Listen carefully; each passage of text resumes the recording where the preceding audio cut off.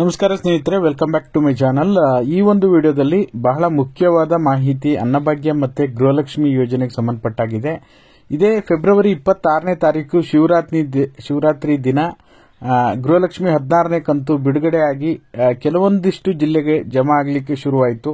ಅದಾದ ನಂತರ ಹಣ ಬಿಡುಗಡೆ ದಿನನಿತ್ಯವೂ ಕೂಡ ಆಗ್ತಾ ಇದೆಯಾ, ಎಷ್ಟು % ಜನರಿಗೆ ಹಣ ಜಮಾ ಆಗಿದೆ, ಅದರ ಜೊತೆಯಲ್ಲಿ ಅಕ್ಟೋಬರ್ ತಿಂಗಳ ಅನ್ನಭಾಗ್ಯ ಹಣ ಏನಾಯಿತು, ಎಷ್ಟು % ಜನರಿಗೆ ಬಂದಿದೆ, ಮತ್ತೆ ದಿನನಿತ್ಯವೂ ಜಮಾ ಆಗ್ತಾ ಇದೆಯಾ ಇಲ್ವಾ, ಇದರ ಜೊತೆಯಲ್ಲಿ ಆಹಾರ ಇಲಾಖೆಗೆ ಸಂಬಂಧಪಟ್ಟ ಹಾಗೆ ಒಂದು ಹೊಸ ಅಪ್ಡೇಟ್ ಇದೆ, ಖಂಡಿತವಾಗ್ಲೂ ತಿಳಿಸ್ಕೊಡ್ತೀನಿ.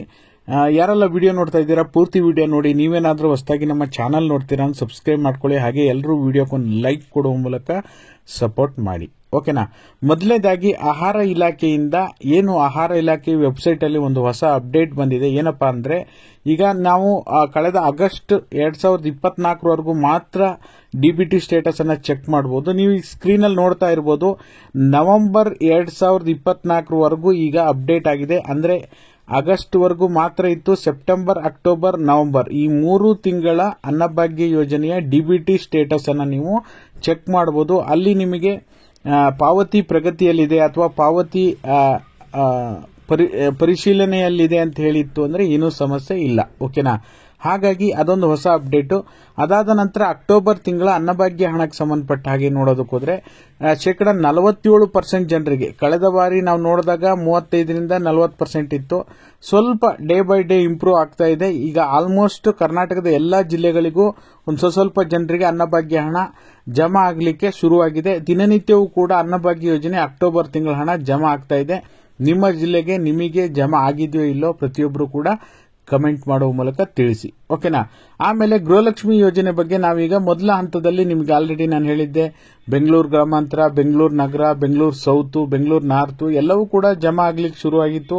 ಅದಾದ ನಂತರ ಬಾಗಲಕೋಟೆ, ಚಿತ್ರದುರ್ಗ, ದಾವಣಗೆರೆ ಈ ಕೆಲವೊಂದು ಈಗ ಒಂದು 8-10 ಜಿಲ್ಲೆಗಳಿಗೆ ಮೊದಲ ಹಂತದಲ್ಲಿ ಹಣ ಬಿಡುಗಡೆ ಆಗಿತ್ತು, ಓಕೆನಾ. ಅದಾದ ನಂತರ ಎರಡನೇ ಹಂತದಲ್ಲಿ ಹಣ ದಿನನಿತ್ಯವೂ ಕೂಡ ಬಿಡುಗಡೆ ಆಗ್ತಾ ಇದೆಯಾ ಇಲ್ಲ ಅಂತ ನೋಡೋದಕ್ಕೆ ಹೋದ್ರೆ ಖಂಡಿತವಾಗ್ಲೂ ಇಲ್ಲ. ಯಾಕೆಂದ್ರೆ ಬೇರೆ ಕಡೆಯಿಂದ ಪ್ರೂಫ್ ಕೂಡ ನಮಗೆ ರೆಗ್ಯುಲರ್ ಕಳಿಸ್ತಾ ಇರ್ತಾರೆ. ಕಮೆಂಟ್ಗಳನ್ನು ಕೂಡ ಅಬ್ಸರ್ವ್ ಮಾಡಿದಾಗ ಹಣ ಮತ್ತೆ ನೆಕ್ಸ್ಟ್ ಅದಾದ ನಂತರ ಹಣ ದಿನನಿತ್ಯವೂ ಕೂಡ ಜಮಾ ಆಗ್ತಾ ಇಲ್ಲ, ಓಕೆನಾ. ನೀವು ಸ್ಕ್ರೀನ್ ಅಲ್ಲಿ ನೋಡೋದಕ್ಕೆ ಹೋದ್ರೆ ಗೃಹಲಕ್ಷ್ಮಿ 16ನೇ ಕಂತು ಕೇವಲ 22% ಜನರಿಗೆ ಹಣ ಜಮಾ ಆಗಿದೆ. ಇನ್ನೂ ಕೂಡ 78% ಜನರಿಗೆ ಹಣ ಜಮಾ ಆಗೋದು ಬಾಕಿ ಇದೆ. ಹಾಗಾಗಿ ರಾಜ್ಯದ ಎಲ್ಲ ಜಿಲ್ಲೆಗಳಿಗೂ ಕೂಡ ಹಣ ಜಮಾ ಆಗಲಿಕ್ಕೆ ಶುರುವಾಗಿಲ್ಲ. ಏನ್ ರೆಗ್ಯುಲರ್ ಆಗಿ ಜಮಾ ಆಗ್ತಿತ್ತು ಅದು 4-5 ದಿನದಲ್ಲಿ 60%ಗಿಂತ ಹೆಚ್ಚು ಜನರಿಗೆ ಜಮಾ ಆಗ್ತಾ ಇತ್ತು. ಆ ಮಾದರಿಯಲ್ಲಿ ಹಣ ಬಿಡುಗಡೆ ಆಗ್ತಾ ಇಲ್ಲ. ಇದೇ ಬೇರೆ ರೀತಿ ಇದೆ. ನೋಡೋಣ, ಕಾದ್ ನೋಡೋಣ ಯಾವ್ಯಾವ ಜಿಲ್ಲೆಗೆ ಹಣ ಜಮಾ ಆಗುತ್ತೆ ಅಂತ. ನಿಮ್ಗೇನಾದ್ರೂ ಹಣ ಜಮಾ ಆಗಿದ್ರೆ ದಯವಿಟ್ಟು ತಪ್ಪದೆ ನಮ್ಮ ಇನ್ಸ್ಟಾಗ್ರಾಮ್ ಮತ್ತೆ ಫೇಸ್ಬುಕ್ ಅನ್ನ ಫಾಲೋ ಮಾಡಿಕೊಂಡು ಅಲ್ಲಿ ಡೈರೆಕ್ಟ್ ಮೆಸೇಜ್ ಅನ್ನ ಕಳಿಸಬಹುದು.